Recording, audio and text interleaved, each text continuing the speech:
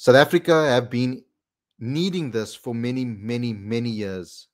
They needed this for the country, they needed this for the sport, they needed to do something historic so that the future generations can have something to look up to.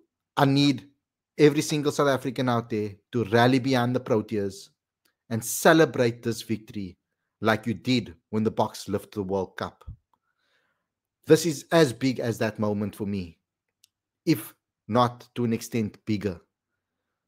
We've waited so long for this. We've been through so much heartbreak, so many near calls, so many disappointments, so much criticism as a fan base on why are we still supporting cricket.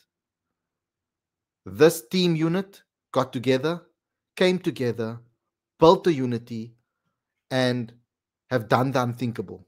Coach Shukri, thank you for bringing a trophy to South African public, to the South African fan base. This was an incredible performance by the boys. They deserve to celebrate this and enjoy this. And we as fans deserve it too. It's been such a long time that we waited for this moment. And now we can finally call ourselves world champions in cricket.